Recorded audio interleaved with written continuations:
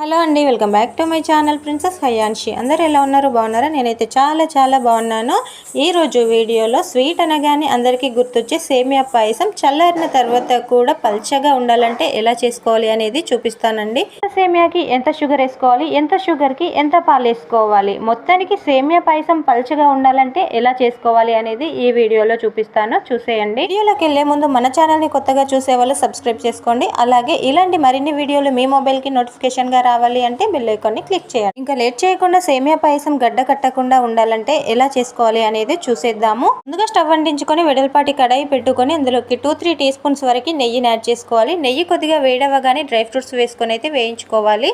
ఈ dry fruits ఏమేమి వేసుకుంటారనేది మీ ఇష్టం. నేనైతే కాజు కిస్మిస్ అయితే తీసుకున్నా. డ్రై ఫ్రూట్స్ కొద్దిగా కలర్ మారేంత వరకు వేయించుకొని పక్కకు తీసుకోవాలి. పక్కకు తీసుకున్న తర్వాత ఇందులో ఇంకా కొద్దిగా నెయ్యి ఉంది కదా, ఇదే నెయ్యిలో మనం సేమియాని అయితే వేయించుకుందాము. ఇక్కడ నేను ఒక కప్పు వరకు సేమియా తీసుకున్నా. ఏదైనా సరే, గ్లాస్ అయినా సరే, కప్ అయినా సరే, బౌల్ అయినా సరే, ఏదో ఒకటి మాత్రం కొలతకి తీసుకోండి.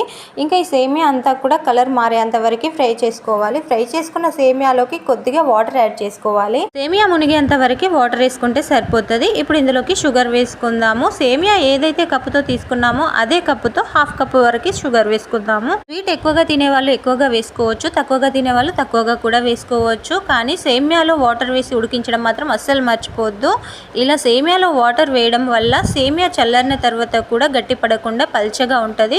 షుగర్ అంతా కరిగిపోయిన తర్వాత ఇంకా ఇందులోకి పాలు వేసుకుందాము. పాలు 3 కప్స్ వరకు వేసుకున్నానండి. సేమియా ఏదైతే కప్తో తీసుకున్నామో అదే కప్తో 3 కప్స్ వరకు పాలు వేసుకుంటే సరిపోతుంది. ఇంకా ఇదంతా ఒకసారి కలుపుకున్న తర్వాత మంట మీడియం ఫ్లేమ్లో పెట్టుకొని సేమియాని అయితే ఉడికించుకోవాలి. సేమియా పాల నుంచి బయటికి కనిపించేంత వరకు ఉడికించుకోవాలండి.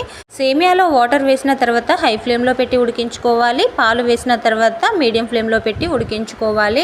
ఇక్కడ చూస్తున్నారు కదా, పాలు తగ్గిపోయి సేమియా మొత్తం కూడా బయటకు కనిపిస్తుంది. ఇలా సేమియా కనిపించేంత వరకు ఉడికించుకోవాలి. ఇంకా ఎక్కువగా ఉడికించుకున్నట్లయితే కనుక సేమియా వేడిగా ఉన్నప్పుడే గట్టిగా అయిపోతుంది. ఇలా పల్చగా ఉన్నప్పుడే స్టవ్ ఆఫ్ చేసుకొని ఇందులోకి కొద్దిగా ఇలాచీ పౌడర్, ఇంకా మనం ఫ్రై చేసి పెట్టుకున్న డ్రై ఫ్రూట్స్ను కూడా వేసుకొని మళ్ళీ ఒకసారి కలుపుకోవాలి.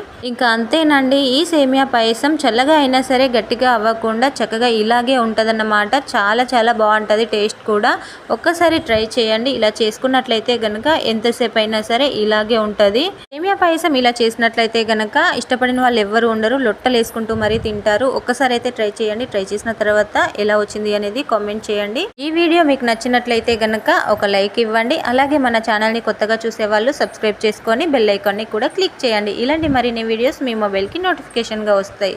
Thank you.